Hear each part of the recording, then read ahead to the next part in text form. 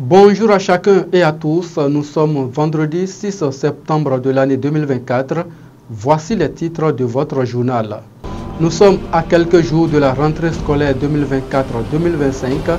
Les stands de vente de fournitures scolaires sont bien installés à travers la ville de Parakou, mais jusque-là, les parents d'élèves se font rares. Le constat de la rédaction est à suivre en début d'édition. La crise que traversent le Bénin et le Niger continue d'effrayer la chronique. Le mercredi 4 septembre dernier, Mariama Boubacar et le collectif des femmes de la diaspora nigérienne résidant au Nord-Bénin ont lancé un message au président Patrice Talon et à son homologue nigérien, le général Abdourahmane Tiani. Et puis les chefferies traditionnelles du Bénin auront bientôt un cadre juridique. Un projet de loi a été transmis au Parlement par les membres du gouvernement.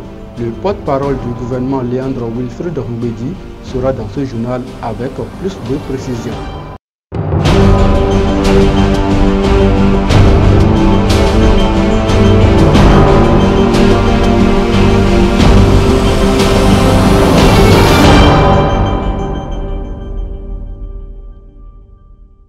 À nouveau, bonjour. Je l'annonçais dans les titres, nous sommes à quelques jours de la rentrée scolaire 2024-2025.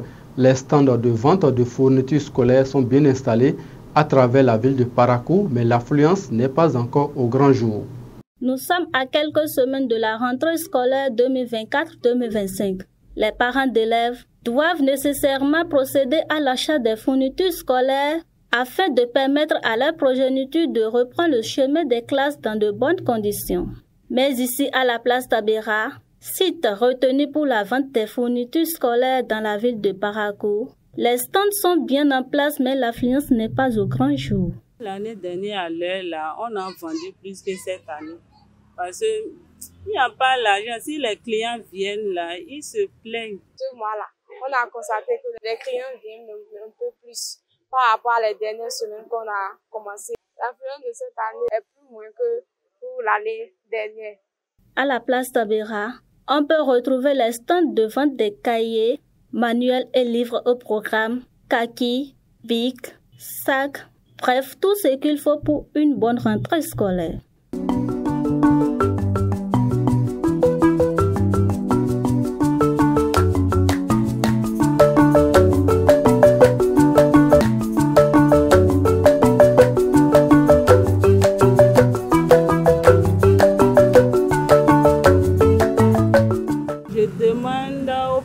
D'élèves de venir acheter. Actuellement, le prix est abordable. Si la rentrée commence, les fournisseurs augmentent le prix des choses. Donc, nous-mêmes, on est obligés d'augmenter le prix des fournitures. On invite les parents d'élèves à se rapprocher à nous sur les stands et aussi on invite nos contacts, ceux qu'on appelle aussi, de se précipiter pour prendre avant que les prix ne deviennent aussi chers. Comparativement à l'année dernière, le prix des fournitures scolaires a connu une hausse dans un contexte de morosité économique ambiante selon les parents rencontrés. L'argent que j'avais sur moi était tellement indifférent de ce que je voulais parce que tout a augmenté de prix. Des cahiers de 100 pages qu'on avait l'habitude de payer à 1000 francs, certains disent 1300, d'autres disent 1500, d'autres disent 1100 francs. Or, je paie en gros pour que, comme j'ai beaucoup d'enfants, pour que les choses me soient moins chères. Je n'ai pas encore commencé à cause des prix qui se sont élevés cette année encore par rapport à l'année antérieure. Je vais demander à tous parents de faire un effort pour que tous nos enfants aillent à l'école. De ne pas regarder la cherté là des fournitures pour dire que je ne vais pas envoyer mon enfant à l'école. Il faut rappeler que pour le compte de l'année scolaire 2024-2025, la rentrée est fixée au lundi 16 septembre prochain. C'est un constat fait par Toria Yadisouno et Ramdanatou Soumano. Un autre volet de l'actualité, les femmes du collectif de la diaspora nigérienne résidant au Nord-Bénin, avec à leur tête Mariama Boubacar, ont fait une sortie le mercredi dernier.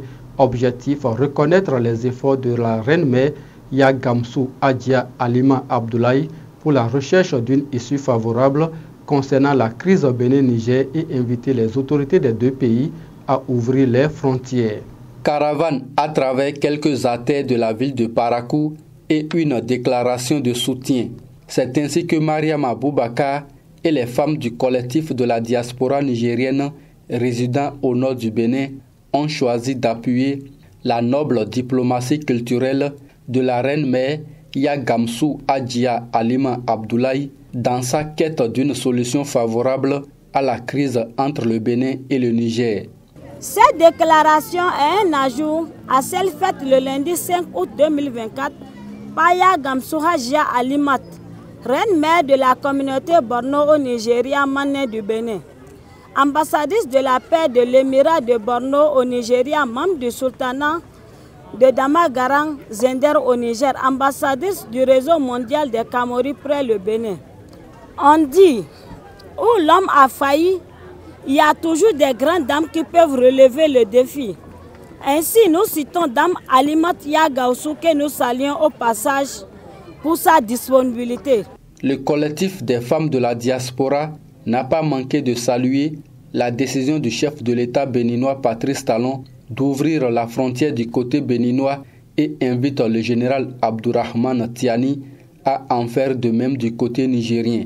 Nous saluons avec un cœur plein de joie, gratitude, la décision de son Excellence, le président Patrice Talon, d'ouvrir la frontière côté Bénin. Cela démontre son grand cœur dont nous n'avons jamais douté. Nous demandons humblement au président Tiani de faire de même pour le Niger. Nous voulons par cette communication jouer aussi notre partition et rôle dans l'objectif d'un retour serein des relations fraternelles et de coopération entre nos deux pays.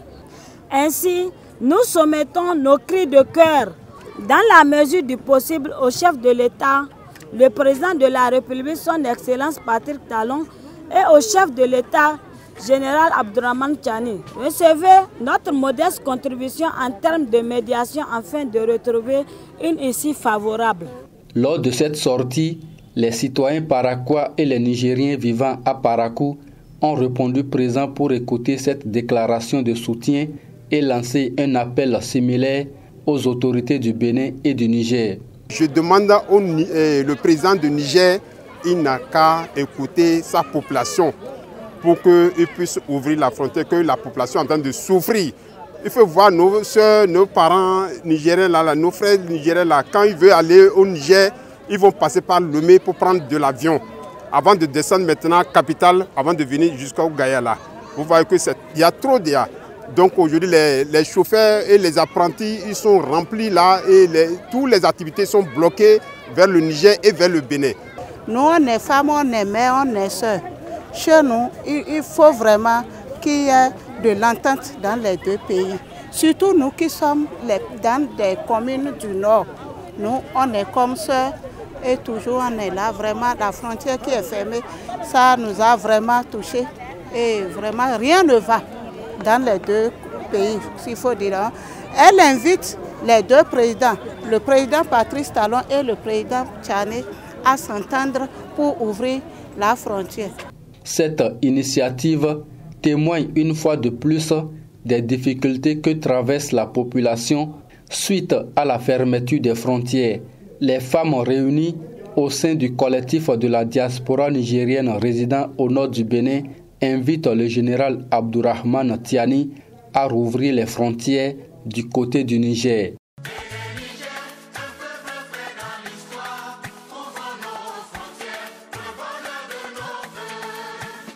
Les chefferies traditionnelles du Bénin auront désormais un cadre juridique. Le gouvernement a transmis au Parlement le projet de loi portant cadre juridique des chefferies traditionnelles. Le porte-parole du gouvernement Wilfried Léandre Mbedji apporte plus de précisions dans cet élément. Sous la présidence du chef de l'État, M. Patrice Talon, le Conseil des ministres s'est réuni ce mercredi 4 septembre 2024. La séance a débouché sur les décisions que voici. Au chapitre des mesures normatives, transmission à l'Assemblée nationale pour examen et vote du projet de loi portant cadre juridique de la chefferie traditionnelle en République du Bénin. Au terme de la Constitution, citation, L'État reconnaît la chefferie traditionnelle, gardienne des us et coutumes, dans les conditions fixées par la loi. Fin de citation.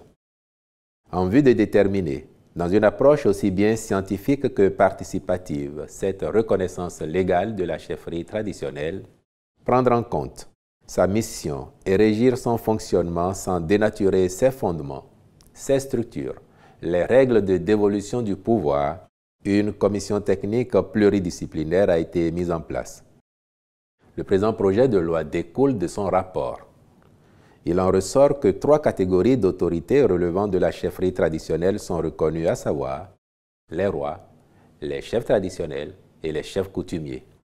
Il comporte la liste de toutes les chefferies recensées, définit la mission de la chefferie traditionnelle, consigne certaines règles de dévolution de pouvoir, fixe les principes en ce qui concerne les rapports de la chefferie traditionnelle avec l'État, les citoyens et les autorités de la chefferie traditionnelle entre elles. Par ailleurs, il pose le postulat que dans chaque chefferie, la dévolution du pouvoir s'opère sous la supervision d'un conseil de désignation, crée une chambre nationale de la chefferie traditionnelle dont les attributions, l'organisation et le fonctionnement seront déterminés par voie réglementaire. Enfin, ce projet de loi prévoit les sanctions applicables au manquement des autorités de la chefferie traditionnelle. L'actualité en 24 heures sur le continent et au Congo, le président congolais Félix Tshisekedi a accusé son prédécesseur Joseph Kabila de fomenter une insurrection lors d'une interview à la radio Top Congo mardi 6 août, diffusée depuis Bruxelles où le président était en séjour médical. Il n'a pas marché sur ces mots. L'Alliance Fleuve Congo, c'est lui, a déclaré Félix Tshisekedi en faisant référence à Joseph Kabila et au mouvement politico-militaire dont fait partie le M23.